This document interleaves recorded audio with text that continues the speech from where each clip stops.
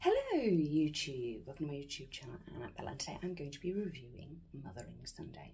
It's a 15 and it's an hour and 15 minutes. It is very similar in some respects to Saltburn as it examines the British class system, only it does it directly after the ending of the First World War. It's based on Graham Swift's novel, Mothering Sunday, same name, and it looks at grief and how that affects three families. One of them is the Sheringham family. Olivia Colman and Colin Firth are another family that have been affected. And then there's this third family that have got a daughter that are also affected. And these three upper class families meet regularly and they have lunch and dinner together by the lake, and they went swimming. This is all before World War I, by the way. So they're used to being together. Only now all of the boys have died, save one, Paul, because he was too young to get called up. And we see all this through the eyes of Jane Fairchild, who is a foundling, an orphan, and she was placed with Olivia Colman's family at the age of 14. So she's an observer of life, as her black husband Donald, who's a black scholar philosopher, says of her. She was too long in service and she just observed life, because that is what servants would do. It flips between when it's set, but it's primarily set in 1924.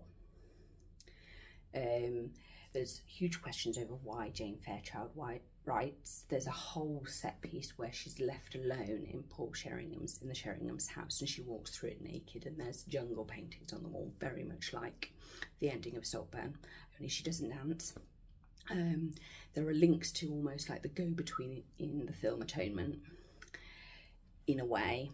It looks at the British class system in a real way, whereas a waiter comes up to the girl who's waiting for Paul, who's supposed to be engaged. She was engaged to his brothers, but they've died, so they've moved the engagement down to Paul.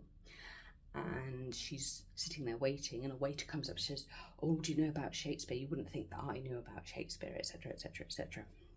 Because Shakespeare was seen as a barrier, and working class people weren't allowed to access it. It's why you learn algebra at school. It's why you study Shakespeare at school, is because in the past people felt that only upper class people and middle class people had access to algebra and Shakespeare. Shocking, I know, but it's to do with the old, when we had the 11 plus entry system, and there was a state grammar school system, and then there was comprehensive / secondary modern, which wasn't seen as a good education. That's way back when you could leave at 14, but it has very similar links, and I think that Mothering Sunday is a better deconstruction of the British class system than Saltburn, but that's just my opinion. Olivia Colman's character also says something to Jane that's really important, and the whole thing is set on Mothering Sunday, shockingly enough, and she says to Jane, "You have everything to gain and nothing to lose because you've been completely bereaved at birth. So basically you are in charge of your own destiny. You can do whatever you like, but do something." And I thought that was a really good message, and I really enjoyed Mothering Sunday. 5 out of 5 from me. Yes, it is slow paced. Paul Sheringham has a tragic end. It's so sad. And the reasons for his end are so understandable, because he could never live up to his brothers. It's just awful.